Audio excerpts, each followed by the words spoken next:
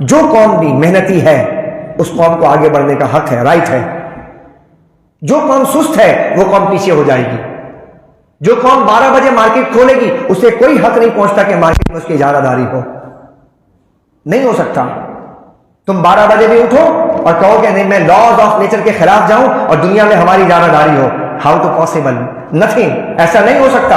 ہاں وہ قوم جو 5 بجے اٹھتی ہے، جو قوم 4 بجے اٹھتی ہے، جو قوم اپنے صبح سے اپنی زندگی کا آغاز کرتی ہے، اگرچہ وہ غیر مسلم ہے، پوری معیشت پر اسی کی اجارہ داری ہوگی چونکہ وہ لاز آف نیچر کے مطابق زندگی گزار رہے ہیں. شریعت کی بات نہیں کی جا رہی ہے. آج آپ دیکھیں مسلمانوں کی وجوہات کیا ہیں. جس آپ ڈسپلن کی بات، ہم جاتے ہیں کہتے ہیں کہ صاحب اگر ٹائم مینجمنٹ دیکھنی ہے تو گوروں سے سیکھیں.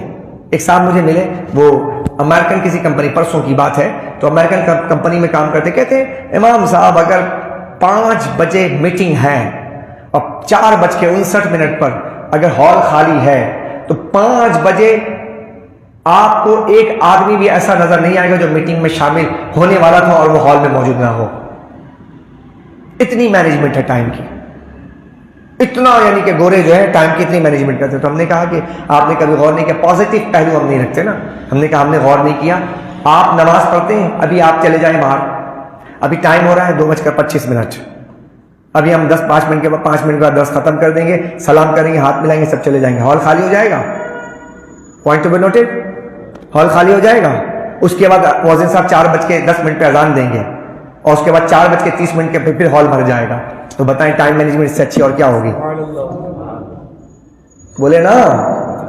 صبح کے وقت فجر کی نماز ہے، سو رہے ہیں، خواب و خرگوش کے مزے لے رہے ہیں، ایک دم اذان ہوئی، حی علی الصلاۃ، الصلاۃ خیر من النوم، آواز دی گئی ہے. آواز دینے کے بعد بالکل مسجد خالی ہوتی ہے، تالا کھولا جاتا ہے. اس کے بعد مؤذن صاحب نے اذان دی، بیٹھ گئے. کچھ ہی دیر کے بعد دیکھیں بالکل سب مکمل ہو جاتی ہے اور اس کے بعد نماز شروع ہو جاتی ہے. تو ٹائم مینجمنٹ کی اعلیٰ ترین مثال اس سے بڑی اور کیا ہوگی؟ ہوگی نا؟ نہیں ہوگی نا. اچھا میں یہاں پر ایک قدم اور آگے بڑھ کے عرض کرتا ہوں. ان کے یہاں ٹائم مینجمنٹ میں یہ کہ اگر ان کی جاب کی ٹائمنگ شروع ہوتی 7 بجے سپوز، تو 7 بجے ہی ہے نا، تو وہ اپنے روٹین میں آ جاتے ہیں. لیکن مسلمانوں کے لیے کیا ہے؟ مسلمانوں کے لیے کہ سردی کے ٹائمنگ علیحدہ ہے، گرمی کے علیحدہ ہے. یعنی کہ اتنی فلیکسیبلٹی ہے اس کے اندر کہ آپ ابھی مثال کے طور پہ 4:30 بجے جماعت ہے، اس کے بعد 15 دن کے بعد 4:45 بجے جماعت ہے، اس کے 15 دن کے بعد 5 بجے جماعت ہے. یعنی ٹائم مینجمنٹ آپ کس طرح اپنے آپ کو مینیج کر رہے ہیں. سبحان اللہ کہہ دیں. اگر مسلمان اپنی نمازوں سے اپنی ٹائم مینجمنٹ کو مینیج کر لیں تو آپ کی زندگی میں حسن پیدا ہو جائے گا. اور جو لوگ نماز نہیں پڑھتے ان کی زندگی میں ٹائم مینجمنٹ آ ہی نہیں سکتی ہے. نتھنگ، نو، آ ہی نہیں سکتی. بالکل نہیں آ سکتی. آنے کی وجہ کیا ہے کہ آپ اگر اپنے آپ کو نماز سے پابند کر لیں اور اپنی زندگیوں کو، ایک بات بتاؤں میں، اور مینیج کرنا چاہتے ہیں نا تو آپ ایک کام اور کیجئے. ہر کام کو نمازوں سے متعلق کر دیجئے.